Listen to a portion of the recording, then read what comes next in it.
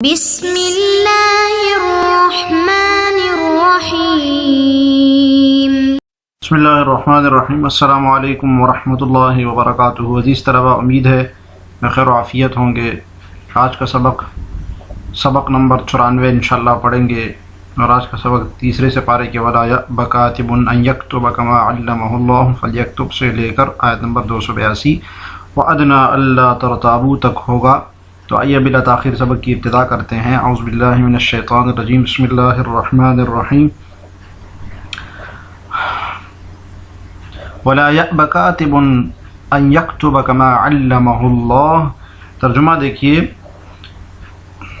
اور جو شخص لکھنا جانتا ہو لکھنے سے انکار نہ کرے جب اللہ نے اسے یہ علم دیا ہے تو اسے لکھنا چاہیے۔ كَمَا عَلَّمَهُ اللَّهُ فَلْيَكْتُبْ، جب اللہ نے اسے علم دیا ہے تو اسے لکھنا چاہیے۔ وَلْيُمْلِلِ الَّذِي عَلَيْهِ الْحَقُّ، اور تحریر وہ شخص لکھوائے جس کے ذمہ حق ہو۔ وَلْيُمْلِلِ الَّذِي عَلَيْهِ الْحَقُّ، تحریر وہ شخص لکھوائے جس کے ذمہ حق ہو۔ وَلْيَتَّقِ اللَّهَ رَبَّهُ، اور اسے چاہیے کہ وہ اللہ سے ڈرے جو اس کا پروردگار ہے۔ وَلَا يَبْخَسْ مِنْهُ شَيْئًا، اور اس حق میں کوئی کمی نہ کرے۔ فَإِنْ كَانَ الَّذِي عَلَيْهِ الْحَقُّ سَفِيهًا أَوْ ضَعِيفًا أَوْ لَا يَسْتَطِيعُ أَنْ يُمِلَّهُ فَلْيُمْلِلْ وَلِيُّهُ بِالْعَدْلِ، ہاں اگر وہ شخص جس کے ذمہ حق واجب ہو رہا ہے ناسمجھ ہو یا کمزور ہو یا کسی اور وجہ سے تحریر نہ لکھوا سکتا ہو تو اس کا سرپرست انصاف کے ساتھ لکھوائے۔ اس طرح یہاں تک دیکھ لیتے ہیں، پھر آگے ترجمہ کریں گے۔ جی، ولا یأبی کاتب میں کاتب کے لیے لکھنے والا جو ہے، جو تحریر لکھنے والا ہوگا، اس کے لیے دوسری ہدایت ہے۔ پہلی ہدایت میں اس کو انصاف کے ساتھ لکھنے کی تلقین کی گئی تھی، اور یہاں پر دوسری ہدایت یہ ہے کہ اگر کاتب سے ایسی تحریر لکھنے کو کہا جائے اور وہ لکھنا جانتا ہو تو اسے انکار نہیں کرنا چاہیے اس میں۔ ولا یأبی یمتنع کاتب من، کس سے انکار؟ ان یکتب، کہ وہ لکھوائے، اذا دعی الیہا، جب اس کو بلایا جائے لکھنے کی طرف، کما علمہ اللہ، جیسے اللہ نے اس کو سکھایا ہے، ای فضلہ بالکتابۃ، یعنی لکھنے کا فن، لکھنے کی فضیلت دوسرے پر جو ہے اس کو جو سکھائی ہے، فلا یبخل بہا، تو وہ اس میں بخل نہ کرے۔ تو یہ علم میں بخل ہے، فن میں بخل ہے۔ ایک انسان کو لکھنا آتا ہے، بہت بڑا فن ہے اس کے پاس، تو اگر وہ منع کرے گا تو وہ فن میں بخل ہوگا۔ تو بخل صرف مال میں ہی نہیں ہوتا، علم میں بھی ہوتا ہے۔ والکاف متعلقۃ بِیأبی، یہ جو کاف ہے، کما، یہ متعلق ہے یأبی کو۔ بعض حضرات نے یہ کاف کو فلیکتب اگلے والے حکم کے ساتھ متعلق کیا ہے، لیکن صاحب جلالین نے لا یأبی، یعنی منع نہ کرے، یعنی جو چیز اللہ نے کاتب کو سکھائی ہے اس سے وہ منع نہ کرے۔ فلیکتب، تو اس کو چاہیے کہ وہ لکھ کے تاکید، تو صاحب جلالین نے پھر فلیکتب کو لا یأبی کی تاکید بتائی ہے، تاکید بنایا ہے کہ اس کو چاہیے کہ وہ لکھے، ایک انکار نہ کرے۔ پہلے کہا کہ انکار نہ کرے، پھر دوبارہ فرمایا کہ اس کو چاہیے کہ وہ لکھے، یعنی انکار بھی نہ کرے، لکھے، دو تاکیدیں فرمائیں۔ وَلْيُمْلِلِ الَّذِي عَلَيْهِ الْحَقُّ وَلْيَتَّقِ اللَّهَ، جی، وَلْيُمْلِلْ عَلَى الْكَاتِبِ، اور تحریر وہ شخص لکھوائے، وَلْيُمْلِلْ عَلَى الْكَاتِبِ، یعنی کاتب کو تحریر کون لکھوائے؟ الَّذِي عَلَيْهِ الْحَقُّ، جس کے اوپر حق ہو۔ کیا ہو؟ حق سے کیا مراد ہے؟ الدَّيْنُ، لِأَنَّ الْمَشْهُودَ عَلَيْهِ، اس لیے کہ وہ مشہود علیہ ہے، یعنی گواہی اسی کے خلاف دی جائے گی نا، کیونکہ اس کے اوپر حق ہے، تو اس کو چاہیے کہ وہ وہی لکھوائے۔ فَيَقِرُّ، وہ سو اقرار کرے گا، لِيُعْلَمَ مَا عَلَيْهِ، جو تاکہ وہ بتا سکے، لِيُعْلِمَ، تاکہ وہ بتا سکے، مَا عَلَيْهِ، جو حق اس کے اوپر ہے۔ وَلْيَتَّقِ اللَّهَ رَبَّهُ، تو اس آیت میں، اس نقطے میں یہ بات بتائیے کہ بھائی تحریر لکھنے کی ذمہ داری کس کی ہے؟ یہ اس شخص پر عائد ہوتی ہے جس نے دوسرے کو حق دینا ہو، ٹھیک ہے، کیونکہ یہ تحریر لکھوانا یہ اقرار کے بمنزلہ ہے، اور وہ اقرار کر کے دوسرے کو بتا رہا ہے کہ بھائی میں یہ دستاویز لکھوا کر اس بات کا اقرار کر رہا ہوں، اس میں وہ ذرا بھی کمی بیشی نہیں کرے گا۔ وَلْيَتَّقِ اللَّهَ رَبَّهُ، چاہیے کہ وہ اللہ سے ڈرے، فی املائہ، اپنے املا کروانے میں، جو یہ کاتب کو لکھوائے گا نا جس کے اوپر حق ہوگا، تو املا کروانے میں اللہ سے ڈرے، کوئی خیانت نہ کرے۔ ولا یبخس، نہ کمی کرے، ینقص منہ الحق، یعنی حق میں سے کوئی کمی بھی نہ کرے، کچھ بھی۔ فَإِنْ كَانَ الَّذِي عَلَيْهِ الْحَقُّ سَفِيهًا أَوْ ضَعِيفًا أَوْ لَا يَسْتَطِيعُ أَنْ يُمِلَّهُ فَلْيُمْلِلْ وَلِيُّهُ بِالْعَدْلِ، اگر جس کے اوپر حق ہے وہ کم عقل ہو یا کمزور ہو یا استطاعت نہ رکھ سکتا ہو املا کروانے کی، تو اس کا ولی اس کا املا کروائے انصاف کے ساتھ۔ جی اس آیت میں یہ بتایا جا رہا ہے کہ جس کے ذمہ حق ہے، اگر وہ کم فہم ہے یا بہت بوڑھا شخص ہے یا کسی اور وجہ سے دستاویز لکھوا نہیں سکتا، مثلا گونگا، بہرا یا اندھا ہے کہ کچھ بھی ہے، تو اس کے ولی کو چاہیے کہ اس کی جگہ پر املا کروائے۔ سفیہن مبذرن، جس کی عقل کم ہو، او ضعیفن عن الاملاء، املا کروانے سے لکھوانے سے کمزور ہو، کسی بھی وجہ سے ضعیف ہو، یعنی کہ معذور ہو لکھوانے سے۔ کس وجہ سے معذور ہوگا؟ لصغرن، بہت چھوٹے ہونے کی وجہ سے، او کبرن، یا بہت بوڑھا ہونے کی وجہ سے، او لا یستطیع ان یملا، یا استطاعت نہ رکھ سکتا ہو املا کروانے کی، لخرسن، گونگا ہو، او جہل بلغتی، یا زبان نہ جانتا ہو، انگلش میں املا لکھوانا ہے اور صاحب کو انگلش ہی نہیں آتی تو ولی لکھوائے گا، او نحو ذالک، یا کسی اور وجہ سے، فلیملل للولی، تو چاہیے اس کے ولی کو کہ وہ املا کروائے۔ متولی امرہ، ولی سے کون مراد ہے بتا رہے ہیں، اس کے معاملے کا جو متولی ہے، کوئی بھی ہو سکتا ہے، چاچا، ماما، کچھ بھی ہو سکتا ہے، من والدن، والد بھی ہو سکتا ہے، وہ وصیٍ، وصیت کرنے والا بھی ہو سکتا ہے، وقیم، اس کا قیم بھی ہو سکتا ہے، مترجم، یا ٹرانسلیٹر مترجم بھی ہو سکتا ہے، کہ اگر لغت انگریزی نہیں جانتا تو انگریزی مترجم کو بلایا جائے گا بالعدل، لیکن انصاف کے ساتھ کروائے۔ وَاسْتَشْهِدُوا شَهِيدَيْنِ مِن رِّجَالِكُمْ، اور 2 آدمیوں کو گواہ بنا لو۔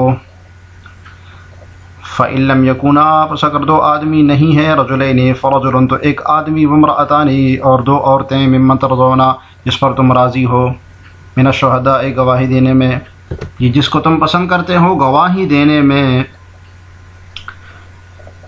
ان تضل احداہما، تاکہ ان دونوں میں سے کوئی ایک بھی بھول جائے، پھسل جائے، فتذکر احداہما الاخری، تو ان میں سے ایک دوسری کو یاد دلا دے، تو ان میں سے ایک دوسری کو یاد دلا دے۔ جی عزیز طلباء، یہاں پر اس معاملے کے حوالے سے گواہ بنانے کا حکم دیا جا رہا ہے، تو اس معاملے میں شہادت کے احکام بیان ہو رہے ہیں کہ یہ معاملہ جب لکھواؤ تو اس کے اوپر 2 گواہ بنا لو۔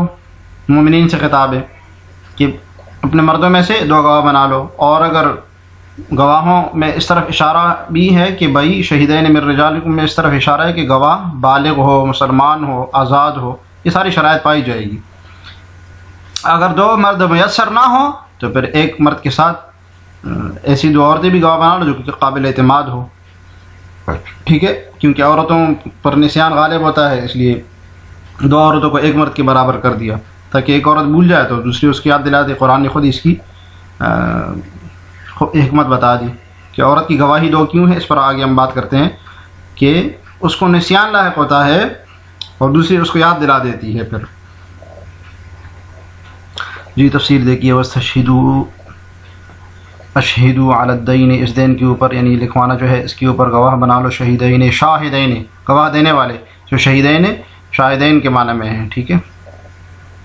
من رجالکم، ای بالغی المسلمین الاحرار، 3 شرطیں ہوں، رجالکم سے اشارہ 3 شرطوں کی فرق کہ بالغ ہو، مسلمان ہو، اور احرار ہو، مسلمانوں کے 2 بالغ مرد ہو، بالغی مسلمین، اور الاحرار حر ہو، آزاد ہو، غلام نہ ہو۔ فَإِلَّمْ يَكُونَا شَاهِدَيْنِ، اگر 2 گواہ نہ ہوں، رجلین، مرد، فرجل وامرأتان، تو 1 مرد اور 2 عورتیں، یشہدون، جو کہ گواہی دیں، ممن ترضون من الشہداء، جس پر تم راضی ہو، لدینہ وعدالتہ، اس کے دین کے لیے اور اس کی عدالت کے لیے، یعنی کتنا عادل اور کامل الضبط ہے، کتنی بات اس کو یاد رہتی ہے۔ وتعدد النساء لاجل، اب سوال کا جواب دے رہے ہیں صاحب جلالین کہ عورت کی گواہی عادی کیوں ہے اور ایک مرد کے مقابلے میں 2 عورتوں کو کیوں رکھا گیا ہے؟ تو جواب فرما رہے صاحب جلالین کہ اللہ تعالیٰ نے خود دیا ہے، وہ کیا ہے کہ ان تضل، تنسیا، بھول جائے گی، احدہ ان میں سے ایک، الشہادۃ، گواہی، نقص عقلہ، کیوں بھول جائے گی، کس وجہ سے؟ اس لیے کہ وہ ناقص العقل ہے، اس کی عقل ناقص ہے، وضبطہن، اور کامل الضبط نہیں ہے، عدم کامل الضبط ہے۔ فتذکر بالتخفیف و تشدید، جی فتذکر بھی ہے اور فتذکر بھی ہے، دونوں تخفیف اور تشدید کے ساتھ بیان قرات۔ احداہما الذاکرۃ الاخری، ایک دوسرے کو جس کو یاد ہو وہ دوسری، احداہما سے کون مراد ہے؟ الذاکرۃ، یعنی جس کو یاد ہوگا، الاخری دوسری کون مراد ہے؟ الناسیۃ، دوسری الناسیۃ، وہ بھولنے والی جو ہوگی اس کو یاد دلا دے گی۔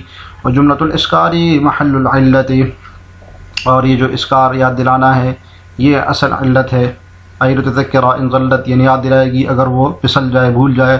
ودخلت علی الظلال اور اس کو ظلال گمراہی کے اوپر داخل ہو جائے گی وہ. لأنہ سببہ اس لیے کہ گمراہی کا اصل سبب نسیان ہوتا ہے. وفی قراءۃ بکسر ایک قراءت میں کسرہ کے ساتھ ہے ان تضل, ٹھیک ہے, ان تضل ایک قراءت میں کسرہ کے ساتھ ہے. ان شرطیہ اب وہ بتا رہے ہیں یہ ان جو ہے نا یہ ان شرطیہ کسرہ کے ساتھ ہے کہ ان تضل احداہما ورفع تذکرہ. تو اس صورت میں یہ جو فتذکرہ ہوگا یہ فتذکرہ ہوگا, مرفوع پڑھا جائے گا اس کو استیناف و جوابی ہی, اور جملہ مستانفہ ہوگا اور اس کا جواب بنے گا. ٹھیک ہے, یہ ان تضل احداہما فتذکرہ تو جملہ مستانفہ ہوگا اور یہ جواب بنے گا ان شرطیہ کا. جی اب سوال اٹھتا ہے کہ عورت کی گواہی مرد کے مقابلے میں آدھی کیوں ہے؟ ٹھیک ہے, ایک مرد کے مقابلے میں دو عورتیں کیوں لائی جاتی ہے؟ تو ایک جواب تو صاحب جلالین نے جس کی طرف اشارہ کیا ہے کہ عورت کو نسیان لاحق ہوتا ہے, ایک بھول جائے گی جو دوسری اس کے یاد دلا دے گی, اس لیے دوسری اس کے ساتھ گواہ میں لگا دی. دوسرا یہ کہ گواہی دینا ایک ذمہ داری ہے, تو شریعت نے عورت کی گواہی عادی کر کے اس ذمہ داری کو ہلکا کیا اور اس سے ساقط کیا ہے. ہاں یہ تو بہت بڑی ذمہ داری ہے نا, ایک بہت بڑی ذمہ داری سے اس کمی کی ہے اس کو. اور دوسرا یہ کہ شریعت نے عورت کو یہاں پر سپورٹ کیا ہے, نہ کہ اس کا حق کم کیا ہے. یہ تو عورت کو سپورٹ کرنا ہے کہ بھائی عورت ان کی عقل میں ذرا نقص ہوتا ہے, تو عورت کو شریعت نے سپورٹ کر دیا کہ آپ گواہی پوری نہ دو, کم دے دو, چلو یہ تو سپورٹ کرنا ہو گیا نا. تو امید ہے جو آپ سمجھ گئے ہوں گے جس طرح بات. جو واپس آتے ہیں اپنے سبق کی طرف. ولا یأبى الشهداء اذا ما دعوا اور جب گواہوں کو گواہی دینے کے لیے بلایا جائے تو انکار نہ کرے. ولا تسأموا ان تكتبوه اور جب معاملہ اپنی میعاد سے وابستہ ہو, چاہے وہ چھوٹا ہو یا بڑا ہو, اسے لکھنے سے نہ اکتاؤ. ولا تسأموا ان تكتبوه صغيرا او كبيرا الى اجله اور نہ اکتاؤ معاملے کو لکھنے سے چاہے وہ چھوٹا ہو چاہے بڑا ہو اپنے متعینہ مدت تک. ذالکم اقسط عند اللہ یہ بات اللہ کے نزدیک زیادہ قرین انصاف ہے.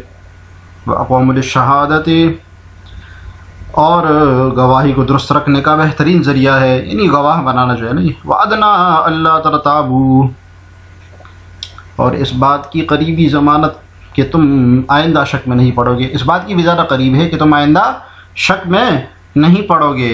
یہ ولا یأبى الشهداء اذا ما دعوا زائدہ ما زائدہ ہے, ٹھیک ہے, جب بلایا جائے تو ما زائدہ ما نفی کا معنی نہیں دیتا ہے. کہاں بلایا جائے؟ الی تحمل الشہادۃ وادائها گواہی اٹھانے کی طرف اور گواہی ادا کرنے کی طرف جو بلایا جائے تو گواہ انکار نہ کرے, پھر غلط کام ہے. ولا تسأموا تملوا منه سستی کا اظہار نہ کرو, مائل نہ ہو جاؤ, ہٹو نہیں اپنے راستے سے. ان تکتبوا اس کے لکھنے سے ما شہدتم علیہ من الحق یعنی جس بھی حق کے بارے میں تم گواہی لکھ رہے ہو. لکثرت وقوع ذلک اس کا وقوع بہت زیادہ ہوتا ہے, یہ لوگ اس میں کوتاہی کرتے ہیں. صغیرن کا آنا چاہے چھوٹا معاملہ ہو, 1000 روپے کا معاملہ ہو, 1 ارب روپے کا معاملہ ہو, جتنا بھی ہو, کبیرن یا بڑا ہو, قلیلاً او کثیراً. صغیراً اور کبیراً کا اشارہ ہے, صاحب بتا رہے ہیں کہ قلیل ہو یا کثیر ہو, یعنی مال عموماً چونکہ مال کے معاملے میں ہوتا ہے تو مال چاہے قلیل ہو چاہے کثیر ہو. الی اجلہ اپنے معینہ مدت تک, وقت حلولہ جس وقت کے آنے تک یعنی جس وقت تک وہ دین ہوگا. حال من الہاء یہ ہا ضمیر سے حال ہے, الی اجلہ ہا ضمیر سے حال ہے. کون سی ہا ضمیر؟ فی تکتبوہ, تکتبوہ میں جو ہو ضمیر ہے نا اس سے حال ہے. ذالکم ای الکتب یعنی یہ لکھنا اقسط و اعدل و زیادہ انصاف پر مبنی ہے اللہ کے ہاں.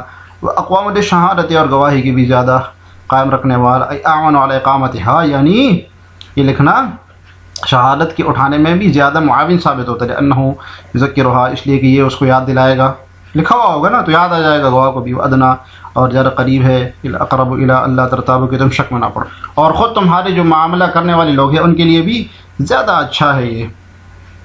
اس طرح آج کا سبق بس اتنا ہی. آج کے سبق سے متعلق سوال یہ ہے کہ عورت کی گواہی عادی کیوں ہے؟